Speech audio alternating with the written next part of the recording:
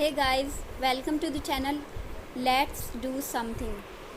आपने इससे पहले वाली वीडियो में हमने कुछ क्वेश्चंस डिस्कस किए थे। हम उससे आगे वाले क्वेश्चंस डिस्कस करेंगे सीटेट प्राइमरी जून 2011 के पेपर का इंग्लिश का पार्ट। अब हमारे पास इसमें एक पोएम दी हुई है, उसको आप प्लीज़ रीड कर लीजिएगा। मैं यहाँ पर सिर्फ क्वेश्चंस करा रही हूँ। हम अपने पहले क्वेश्चन पर चलते हैं जो कि पोएम पर बेस्ड होगा। The expression the smallest of hands refers to. इसमें जो एक्सप्रेशन दिया हुआ है पोएम में, द स्मॉलेस्ट ऑफ हैंड्स, वो किसको रेफ़र कर रहा है? वो एक बेबी के हैंड्स को रेफ़र कर रहा है। Option D. Through caregivers look after the young they are. इसमें क्या बताया गया? इसमें नॉट प्रॉपरली रिकॉग्नाइज्ड। अगर आप इसमें ये जो पोएम दी हुई है आप पढ़ेंगे तो आपको इजीली पता चल जाएगा। A caregiver has more influence on a child than a professor because, क्योंकि जो एक केयर गिवर है वो बच्चे के साथ ज़्यादा टाइम के लिए रहता है। अगर एक केयर गिवर को हम बच्चे के साथ छोड़ देंगे तो क्या होगा? केयर गिवर ज़्यादा उसके साथ टाइम व्यतीत करेगा ना, तो इसलिए इसमें ऑप्शन सेकंड सही होगा। The child spends the formative years with the caregiver. What is the most valuable gift that a caregiver gets? ऐसा कौन सा वैल्यूएबल गिफ्ट है जो कि केयर गिवर को मिलता है? वो मिलता है लव फ्रॉम चिल्ड्रन, क्योंकि बच्चों को शुरू के सालों में जिसके साथ रखेंगे, माँ बाप के साथ, भाई बहन के साथ, तो वो उनसे ज़्यादा प्यार करेगा। और अगर वो केयर गिवर के साथ रहेगा तो वो उनसे ही प्यार करने लगेगा। You give hugs to each child when they are sad. The act then can be described as one of reassurance. इसमें जो ये लाइन दी हुई है ये किसको दर्शाते हैं? रीअश्योरेंस को। Letting no child go away mad. The meaning of this line is letting no child go away mad. ये किस चीज़ को दर्शाती है? यहाँ पे जो मैड वर्ड है ये पागल का मीनिंग नहीं होगा। यहाँ पर मैड का मतलब होगा यहाँ पर एंग्री, गुस्सा।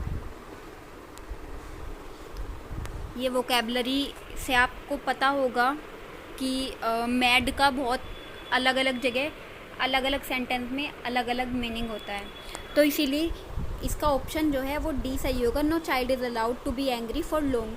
किसी भी बच्चे को अलाउड नहीं है कि वो ज़्यादा लंबे समय तक गुस्सा रहे। हमारे पहले पोएम के जो क्वेश्चन है वो ख़त्म हो गए हैं। अब हमारे पास एक पैरा दिया हुआ है, उसको आप प्लीज़ पढ़ लीजिएगा वीडियो को पॉज करके। मैं यहाँ पर सिर्फ क्वेश्चंस करा रही हूँ। According to the author, living with a teenager is like an amazing voyage because, क्योंकि during this voyage the parent will see the teenager blossoming into an adult। कि पेरेंट्स क्या देखेंगे इस यात्रा में? एक टीनेजर को एक एडल्ट में कन्वर्ट होते हुए, और उसमें क्या क्या चेंजेस आते हैं वो सब कुछ होते हुए देखेंगे। I won't try to sugarcoat it. By this, what the author wants to convey is that she does not want to hide the fact that parenting a teenager is full of challenges. I won't try to sugarcoat it. जैसे कि हमने कोई ऐसी चीज़ ले ली जो खाने में अच्छी नहीं है, लेकिन उसके ऊपर हमने चीनी की एक परत लगा दी ताकि वो अच्छी लगे, मीठी लगे। तो मतलब क्या हुआ कि अपनी गलतियों को ढकना, इसको कह सकते हैं। तो इसमें ऑप्शन डी बिल्कुल सही होगा कि वो नहीं चाहती थी कि जो पेरेंटिंग एक टीनेजर को बड़ा करना, इसमें बहुत सारे चैलेंजेस होते हैं, इस फैक्ट को वो छिपाना नहीं चाहती थी। Modern teenager easily become annoyed और unhappy for no reason because of the enormous stress they experience at this age. क्योंकि जो टीन एज होती है वो बहुत ही स्ट्रेसफुल होती है, उसमें बहुत सारे चेंजेस आते हैं लाइफ में। तो इसीलिए इसमें ऑप्शन थर्ड सही होगा। Only shadows remain of the child. The word shadows refers to. यहाँ पे जो वर्ड शेडो है वो किसको रेफ़र करता है? ये रेफ़र करता है ओल्ड मेमोरीज़ को, कि only shadows remain of the child. एक बच्चा जब बड़ा हो जाता है तो उसकी सिर्फ यादें रह जाती हैं, तो इसीलिए old memories of the teenager. और इस पैराग्राफ में टीनेजर की बात कही गई है, बताई गई है, तो इसीलिए ऑप्शन ए सही होगा।